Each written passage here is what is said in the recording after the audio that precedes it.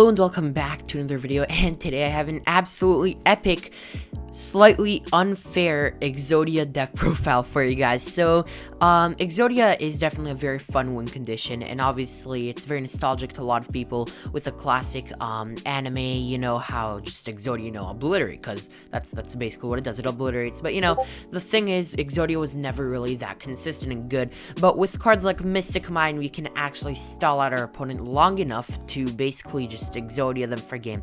So I think this is actually one of the most toxic ways to play a Mystic Mine based deck, but also, you know what, if I get to Exodia somebody, it might just be worth it, but probably not that much.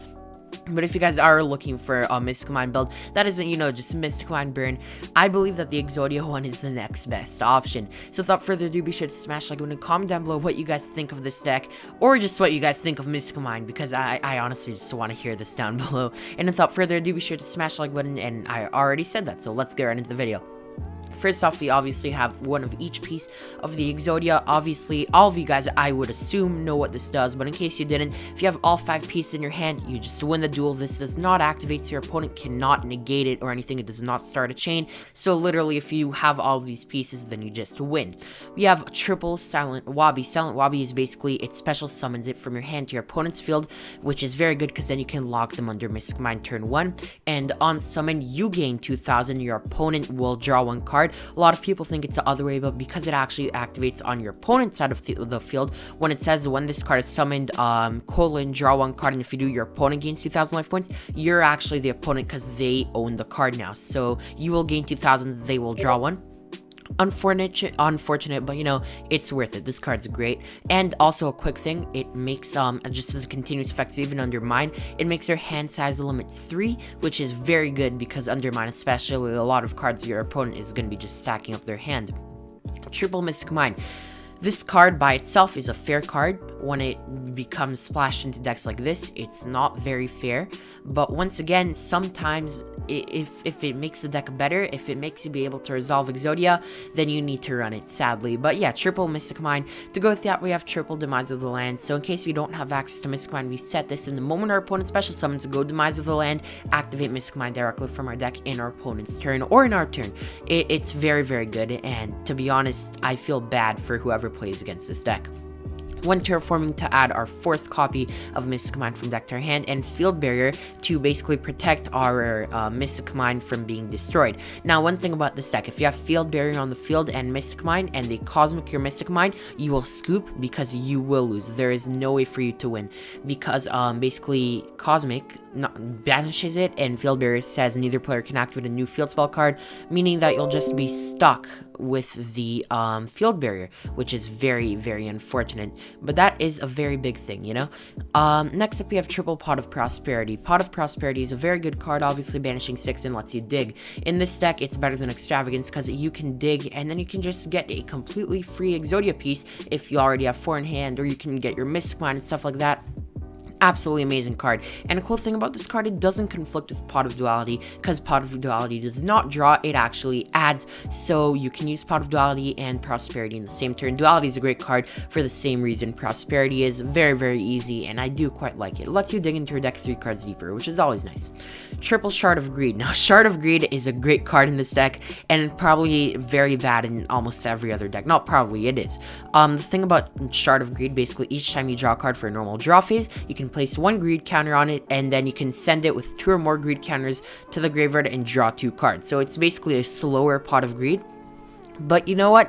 When you're locked under Mystic Mine, stuff that is slow oddly becomes very good, because regardless, Mystic Mine just freezes time all at once. So, you know, Shard of Greed actually becomes relatively fast. And to go with our Shard of Greed, we have triple Ledger of Ledgerman. Basically banishes 3 cards from the top of your deck face down, so your opponent can't see them because they are face down. And then during your 3rd standby phase, after its resolution, you can add all 3 cards from the banished to your hand. So it just lets you get into your deck 3 cards deeper, faster, and draw the Exodia stuff a lot faster. So I do quite like Ledger of Ledgerman. We have the one Metaverse. Metaverse is a great card, obviously. It either searches or activates directly from the deck, the Mystic Mine, which is always good. Triple Legacy of the Yatagarasu. This card's hilarious. It basically just draws one card, and if your opponent controls a spirit monster, which I can guarantee they never will, you draw 2 cards. But the whole point is, it's just a slow upstart goblin, making this a 37 card deck.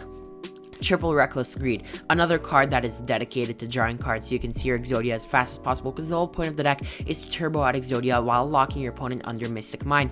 It basically lets you draw 2 cards and then you skip your next 2 draw phases. But the thing about this card, if you have multiples of this, then you can actually, let's say you have 2, you can activate both, you draw 4, but then you only skip the next 2, not the next 4, because they stack up together.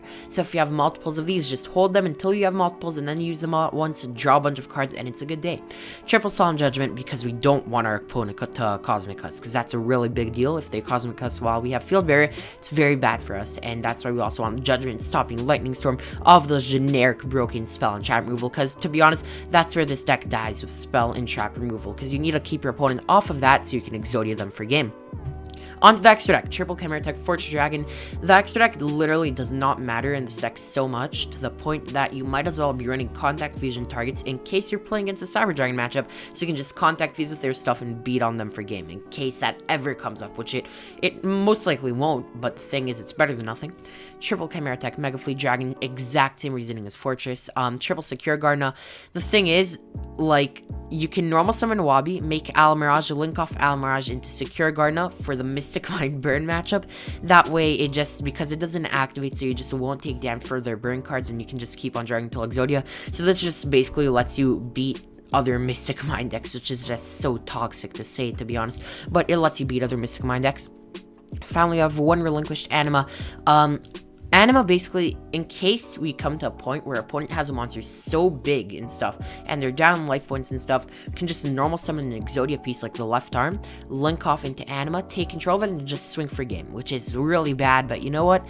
There's nothing better. And one Link Haribo, literally the same reason. If it comes to a point where your opponent's going to OTK you, unless you have Link Haribo, you normal summon the Exodia piece, make the Link Haribo, but then you'll just probably lose because you don't have another Wink on. Next up, we have the one Link Spider, and Link Spider is just literally in case your opponent gives you a token with like Gear Suit or something. But yeah, that's basically it for the deck. We have the side deck, Triple Lancia, Triple Droll, Triple Twin, Triple Lightning Storm, Triple Droplets, and that's it. Thank you so much for watching. Hope you guys have enjoyed. If you did, be sure to smash like button and comment down below what you guys think of the deck, and I'll catch you guys in the next video. Alright guys, peace.